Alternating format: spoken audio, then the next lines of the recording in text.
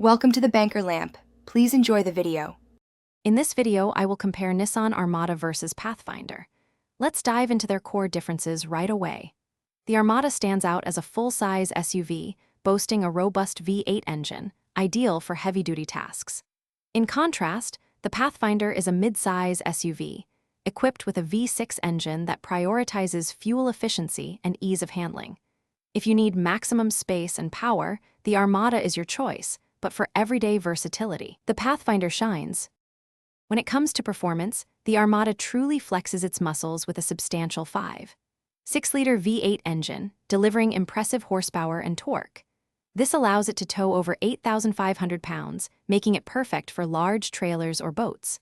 The Pathfinder, on the other hand, is powered by a capable 3.5-liter V6 engine, offering a balanced ride and towing capacity of up to 6,000 pounds, suitable for smaller loads.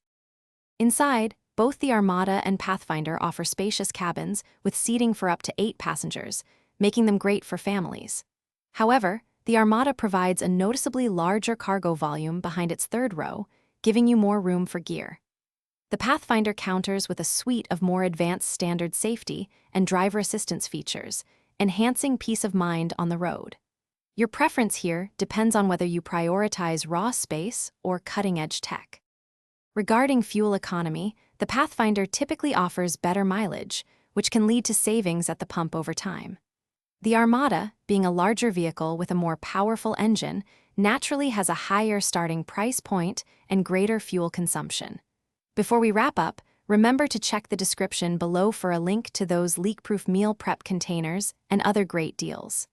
Ultimately, your decision between these two excellent SUVs will come down to your budget, towing requirements, and how much space you truly need. Thanks for watching. If this was helpful, leave a like and consider subscribing. See you next time.